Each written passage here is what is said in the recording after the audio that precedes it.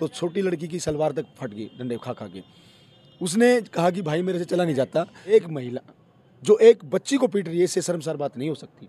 देखा गुड़िया के पाँव के अंदर लट लगे हुए थे, इधर से स्वेलिंग थी, ठीक है, वो चल भी नहीं सकती थी। भाई का तो बिल्कुल बुरा हाल था। तो मतलब इतने डरे, बहुत निंदनीय है, दर्दनाक है। और प्रशासन को कड़ा चैलेंज है, इस बात को प्रशासन याद रखे।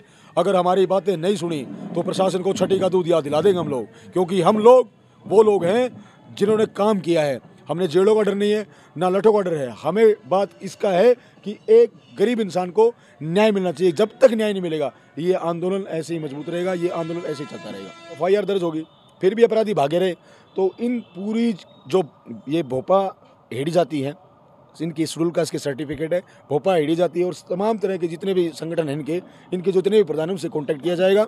दूसरे समाज के लोगों से भी कॉन्टैक्ट किया जाए। देखिए गादड़ बिल्ले नहीं है, ये लोग जानवर हैं, इनमें भी हाड़ मास है, इनके पास भी आधार कार्ड है, ये भी वोट देते हैं। जब देश की सरकारें राम मंदिर के ऊपर पैसा लगा देती है, मूर्ति के ऊपर पैसा लगा देती है और सारी चीज़ों के ऊपर पैसा लगा देती है, लेकिन वहाँ पे कहा जाती है कि जब अंतिम छोर के व्यक्ति के पास में जब एजुकेशन नहीं जाती तो सोचना चाहिए सरकारों को। हम लोग, मैं भीमार में कार्य करता हूँ, मैं जय भीम जय भीम जय भीम 24 घंटे जय भीम चलाता हूँ। अम्बेडकरवाद जिंदाबाद, अम्बेडकरवाद जिंदाबाद सारे चलाते हैं। क्या किसी इंसान की नजरें गई इन लोगों के ऊपर? भाई ये भी एक देश की कड़ी है, ये भी एक देश की जाति है, इसको भी न्याय मिलना चाहिए, इसको भी सम्मान अधिकार मिलना चाहिए। सबसे पहले तो जी ये झुग्गियों में रहते हैं, गर्मी में पानी, छत इनके सर पे नहीं है, गर्मी में पानी की समस्या, सर्दी में सोने की समस्या और बारिश में सारी समस्या, ये बेचारे जाए कहाँ? और ये बात हमारे पास आई, अब तमाम तरह के साथी हमारे पास कॉल भी कर रहे हैं कि उनको बचाओ। और प्रशासन से कड़े शब्दों में मैं हरियाणा के सभी भाइयों से कहना चाहता हूँ, साथियों अब भी वक्त है, सुधर जाओ, नहीं तो इन लड़कियों के साथ में, तुम्हारे भाई बहनों के साथ में घर में घुस के मारा जाएगा, पीटा जाएगा। कुछ समय पहले भी ऐसा ही हुआ था और आज भी ये शर्मसार करने वाली घटना आज फिर हो गई है। इससे घटिया और निंदनीय घटना नहीं हो सकती मेरी नज़र में जी। अब हम लोग, हमारी टीम मजबूती के साथ यहाँ पे लेके आए। 3 दिन के बाद ये कल हमारे को 26 जनवरी को मिले, जिस टाइम देश में हम 75वां गणतंत्र दिवस मना रहे थे कि भाई संविधान लागू होगा। संविधान यहाँ तक तो पहुँचा ही नहीं जी, उससे पहले हम लोग खा गए इसको। संविधान यहाँ तक भी तो पहुँचना चाहिए, बाबा साहब की फोटो यहाँ तक भी पहुँचनी चाहिए। इनको पता नहीं, मैंने पूछ लिया, वैसे ही पूछ लिया कि डॉक्टर BR अम्बेडकर साहब को जानते हो? तो उन्होंने कहा जी हाँ जानते हैं, अगरुआ में वहाँ पे उसका घर है। तो ये घटना है, सोचने वाली बात है। अब बात ये है जी, जो रुका गया, हमने एक एफिडेविट बनवाया, एफिडेविट बनवा के सरकारी हॉस्पिटल में दिया। सरकारी हॉस्पिटल में एफिडेविट देने के बाद में इनको तीनों को एडमिट कराया। बच्चियों को चोटें जाती थी, भाई को भी बहुत ज़्यादा चोट है, ये बोल भी नहीं सकता। और आज रुकाया है, आज हमने बयान दिए हैं, बयान पे MLR कट के चली गई है और बयान दर्ज होकर FIR दर्ज हो जाएगी। मुकदमा जी 4 लोगों के खिलाफ दिया है हमने। बाई नेम 2 को जानते हैं, हमें पता नहीं था पहले उनका नाम क्या है, तो हमारी टीम ने, ना इनको पता था भाई इनका नाम क्या है, वो तो हमारी टीम ने निकाला है कि उसका नाम सोनू है, उसकी वाइफ का नाम पूनम है। 2 अन्य लोग हो रहे हैं उसके साथ में जो आयु है उसको बचाव पक्ष में कि भाई इनको मारो, पीटो, ये करो, फलाना करो, उनको 2 साथ में भी थे उनके। तो ये घटना जी बहुत निंदनीय है। अब सरकार और प्रशासन को ये सोचना चाहिए भाई, देश संविधान सबके लिए बराबर है, प्रधानमंत्री के लिए बराबर है और चपरासी के लिए बराबर है, DGP के लिए बराबर है और जो चौकीदार है उसके लिए बराबर है। संविधान संविधान है और उसको ख़त्म करने की कोई बात की जाए। देखिए बहन, आप पत्रकार हैं, आप लोगों की आवाज़ उठाती हैं, अगर आप आवाज़ ना उठाएं तो क्या बात बढ़ पाएगी? दूसरा, फिर समाज के घटिया मानसिकता के लोग आपके ऊपर गंदगी नजर डालें तो क्या अच्छी बात है? तो हमारा भी ये हक अधिकार बढ़ता है कि हम बहन की सुरक्षा करें, आपकी सुरक्षा करें, ये हमारा हक अधिकार है। आज देश के अंदर स्थिति ये हो गई है कि जो गरीब लोग हैं उसको पीटा जाए, पूंजीवाद को बढ़ावा मिल रहा है। तो देखो इस सरकार ने जाट से लेकर भाट तक सारों को मट्टी परीत कर दी है। किसान भी आंदोलन पे है, गरीब आदमी भी आंदोलन कर रहे हैं, लेकिन मैं जाति विशेष की कभी बात नहीं करता। घटिया जाति का इंसान शेड्यूल कास्ट में भी हो सकता है, जनरल भी हो सकता है और किसी जाति में भी हो सकता है, ये मानवता की बात है। ये लोग गरीब हैं और गरीब के साथ में आज इनके रखवाड़े, इनके भाई, तमाम साथी इनके साथ में खड़े हैं। अगर इनके साथ में हरियाणा में कहीं भी एट्रोसिटी होगी तो हमसे संपर्क करें, हम देखेंगे। और सामंतवादियों का, ये जो सामंतवादी है ना, जो अपनी विचारधारा को अलग समझते हैं, दिमाग खराब है तो लाइन खींच के आ जाए। अगर आर पार की लड़ाई ना लड़ने तो हम फिर काम करना छोड़ देंगे। हमने डंके की चोट पर लड़ाई लड़ी है, कोई भी लड़ाई हो, हमने तमाम तरह की लड़ाई है, बड़े बड़े लोगों को अंदर भेजा है, लेकिन आज लड़ाई एक मानवता की, एक निर्मम घटना घटी है। एक बच्चियों को, 15 साल की बच्ची है, वो रो रही है, वो चिल्ला रही है। आपने देखी वो वीडियो? आप अपने चैनल पे अगर दोबारा दिखाना वो वीडियो लोगों तक जाए तो, कि देश के अंदर इतना घटिया मानसिकता के लोग हैं जो गरीब इंसान को गरीब घटिया समझते हैं और अपने आप को राजा समझते हैं। अरे भाई टक्कर ही लेनी थी तो बराबर से लेता। बताइए, जैसे मतलब अभी आपने मुकदमा हो गया उनके खिलाफ, तो ये बताइए मतलब पुलिस ने कुछ कार्रवाई की है? देखिए, पुलिस का जो रवैया था कल ढुलमुल था। एफआईआर दर्ज होगी, फिर भी अपराधी भागे रहे, तो इन पूरी जो ये भोपा हेड़ी जाती है, इनकी शेड्यूल कास्ट के सर्टिफिकेट है, भोपा हेड़ी जाती है और तमाम तरह के जितने भी संगठन हैं इनके जितने भी प्रधान हैं उनसे कॉन्टैक्ट किया जाएगा, दूसरे समाज के लोगों से भी कॉन्टैक्ट किया जाए। देखिए, ये लड़ाई मेरी अकेले की नहीं है, ये लड़ाई आपकी भी है, क्योंकि आपके दर्द है, जो आपका कैमरामैन ने कुछ बातें मेरे को बताई, उसको दर्द है, तभी वो आप उनके गांव में भी पहुंचे। आपको दर्द है, आज समय शाम का हो गया जी 7 बज गए, करीब 7 बजे आप सिविल हॉस्पिटल में बैठे, बल्कि जबकि जाना आपको जींद है, क्योंकि वो आपका दर्द है इन बच्चियों को लेकर, ताकि इनको न्याय मिल सके। ना किसी जाति का, ना किसी धर्म का, ये इंसानियत का मामला। प्रियंका क्वाड जी, बिल्कुल आपने सही बात कही।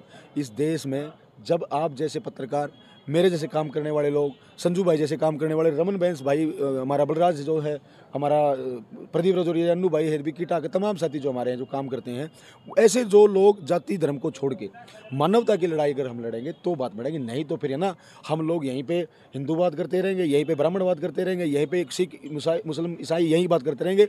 और देश में देखिए, मैं आपको एक चीज़ बता देता हूँ, देश के वासियों को, देश में 6743 जातियाँ हैं, और ये देश की अंतिम छोर की जातियाँ, जो सिरकी बंद, सिंगी काट, ये भोपाहेड़ी, बंजारा, बावरिया, ये अंतिम छोर की जातियाँ, इनको भी तो फायदा मिलना चाहिए ना। देखो, बाबा साहब ने क्या कहा था, कलम पकड़ो, किताबें पढ़ो। अब हमारी जिम्मेदारी बनती है कि इनके हाथ में से झाड़ू छूट के कलम आनी चाहिए, इनके हाथ में से झाड़ू छूट के किताबें आनी चाहिए, इनके बच्चे भी स्कूल में जाने चाहिए, इनके घर भी पक्के होने चाहिए, इनके पास में खाने की अच्छी व्यवस्था होनी चाहिए, इनके पास में भी अच्छे कपड़े पहनने के लिए व्यवस्था होनी चाहिए, इनके बच्चे भी नौकरी लगनी चाहिए। कब तक ये ड्रामा इस देश के अंदर चलता रहेगा? ये लोग देश में बंटवारा चाहते हैं, ये लोग देश में अत्याचार कराना चाहते हैं, ये लोग जो सरकार में बैठे हुए ये हिंदूवाद धर्मवाद का झगड़ा करा के नीचे छोर पे क्या करते हैं, ये कास्टिज्म फैलाते हैं भाई, शेड्यूल कास्ट करते हैं, ऊपर से हिंदू मुस्लिम करते हैं। तो ये गंदा खेल इस देश में चल रहा है। जो सही ये बताइए, आपको कब पता चला कि इस प्रकार से अगर मेरे को एक्चुअली तो 4-5 दिन पहले पता चला, 23 तारीख घटना थी, मेरे को पता चला ये 25 को। जैसे मेरे को 25 को पता चला तो मैंने अपनी टीम को लाया कि पूरे दिन काम किया मेरे। अब मेरे को वीडियो को डरिए वीडियो का गुड़िया के पाँव के अंदर लठ लगे हुए थे, इधर से स्वेलिंग थी, ठीक है, वो चल भी नहीं सकती थी, भाई का तो बिल्कुल बुरा हाल था।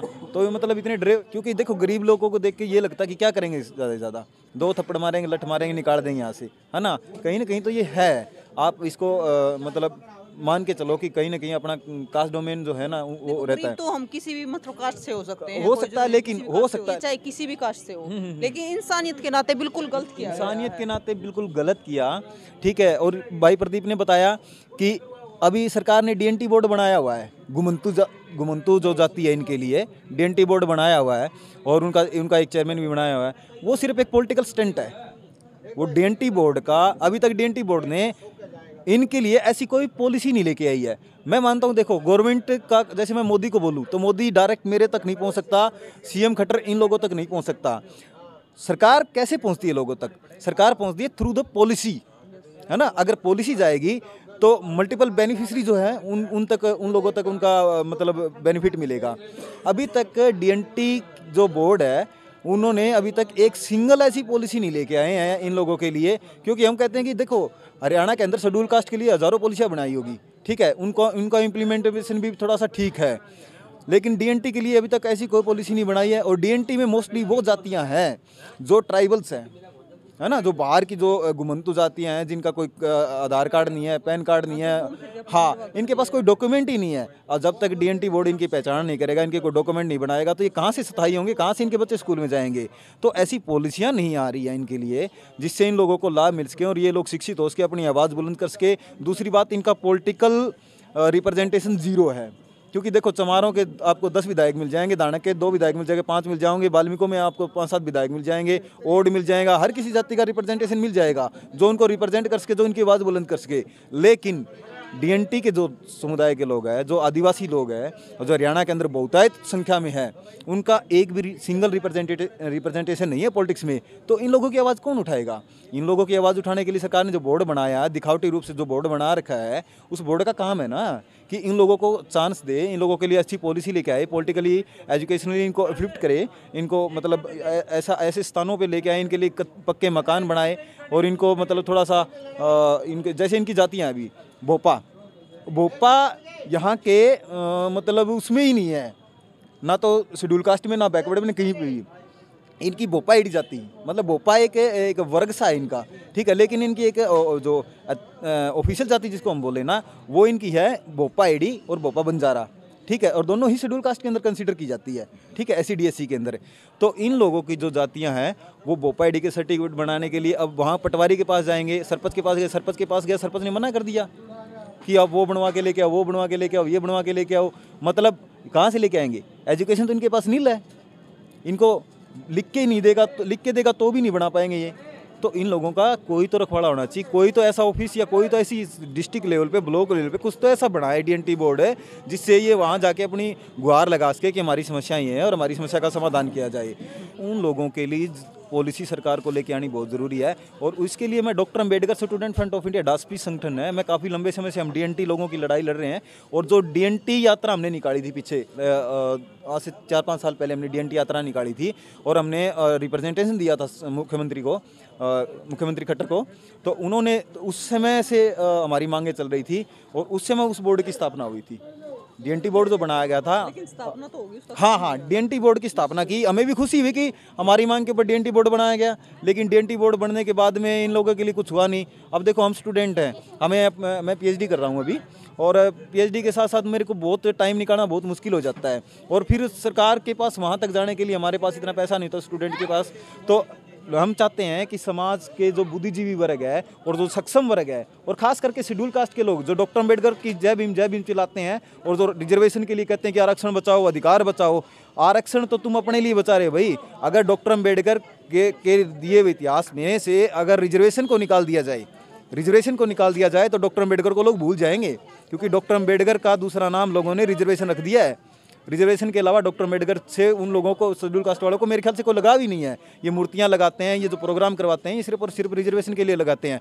कल से हम आंदोलन कर रहे हैं, भोपा समुदाय के, जनरल समुदाय के और भी बहुत सारे लोग हज़ारों की संख्या में हमारे पास आए हैं इधर। और सारा दिन से सिविल हॉस्पिटल भरा हुआ है, इधर का पार्क सारा दिन से भरा हुआ था। CID को भी पता, लेकिन क्या मजाल ऐसे संगठन जो गुरु रविदास महासभा, वाल्मीकि महासभा, चमार महासभा, अम्बेडकर महासभा, ओड महासभा, ठीक है, छत्रपति महासभा, जितने भी जो आरक्षण के जो बेनिफिट लेने वाले आरक्षणधारी लोग हैं, क्या वो लोग वहाँ आए इन लोगों की आवाज़ उठाने के लिए इकट्ठे हुए? क्या कल डॉक्टर बनवारी लाल आए हुए थे, हरियाणा के कैबिनेट मंत्री यहाँ आए हुए थे, क्या उनको इस वीडियो का पता नहीं था? क्या लोगों ने बताया नहीं कि ऐसे ऐसे पीड़ित लोग भी यहाँ हैं और उनके साथ अत्याचार हुआ है? उन लोगों को आना चाहिए। क्या कभी बनवारी लाल ने DNT बोर्ड के लोगों के लिए कभी बोला कुछ? DNT वालों के लिए कभी नहीं बोला। क्या कृष्ण बेदी ने कभी बोला? क्या अशोक तंवर ने कभी बोला? क्या कभी शैलजा ने बोला? क्या कभी गीता बुक्कल ने बोला? किसी भी शेड्यूल कास्ट के जो जितने नेता बने हुए हैं ना हरियाणा के अंदर, किसी ने आदिवासी लोगों की कभी आवाज़ नहीं उठाई है। और आदिवासी लोगों की जब आवाज़ उठाने की जब बात आती है और हम कहते हैं कि हमारे हरियाणा के अंदर भी आदिवासी लोग हैं और गरीब लोग हैं, तो तब पांव दबा लेते नीचे, क्योंकि शेड्यूल कास्ट के रिजर्वेशन को खतरा है।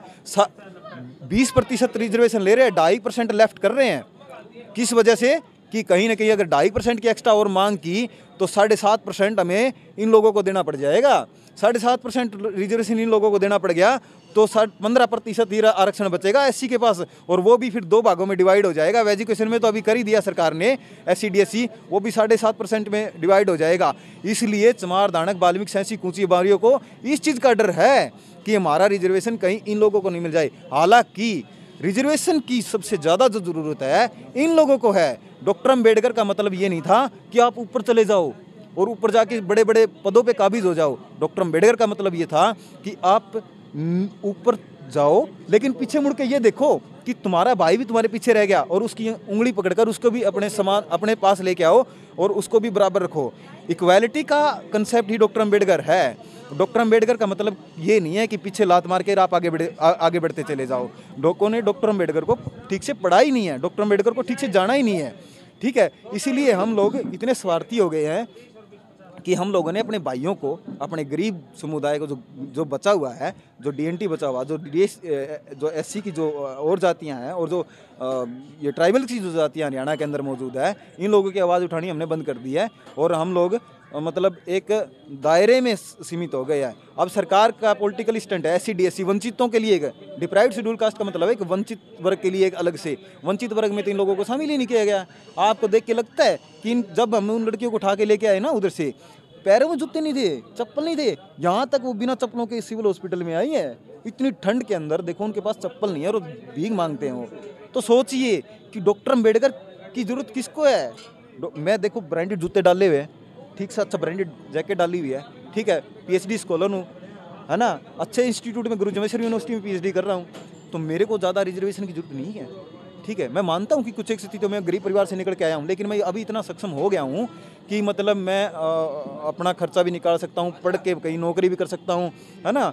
तो सबसे ज़्यादा रिजर्वेशन की जो जरूरत है, मैं कहता हूँ कि सरकार में जो बैठे हुए हमारे, मैं तो अब कड़वी बात बोलता हूँ, जैसे अभी सरकार में बैठे हुए जो हमारे जो दलाल रिप्रेजेंटेटिव है, जो शेड्यूल कास्ट के जो नेता बने हुए हैं, 17 विधायक और 2 सांसद, उन लोगों को ये बात समझ लेनी चाहिए कि आप लोग ऐसी नहीं हो, क्योंकि आरक्षण का जो बेस था वो सामाजिक था, आर्थिक नहीं था। रिजर्व क्या चाहता है, जो प्रभावी लोगों के प्रभाव में आके प्रशासन चाहता है कि शॉर्ट आउट हो जाए, ज़्यादा बवाल ना हो। अब ये मामला हमारे पास आया है, हमारे पास आते ही तो ये प्रशासन ही के लोग फिर ये हो जाता है कि अब मामला अलग तरीके पे जाएगा, अब मामला रुक लेगा। यहाँ पे हज़ारों की संख्या में लोग खड़े हैं, हमारे एक आह्वान पे अब कितने लोग यहाँ पे आ रहे हैं, तो कल हम बड़ा जन प्रदर्शन करेंगे तो पूरे हरियाणा से लोग निकल के आएंगे, चाहे वो SC हो, OBC हो, माइनॉरिटी हो, कोई भी हो, एक इंसानियत के नाते सारे जिंदा आएंगे।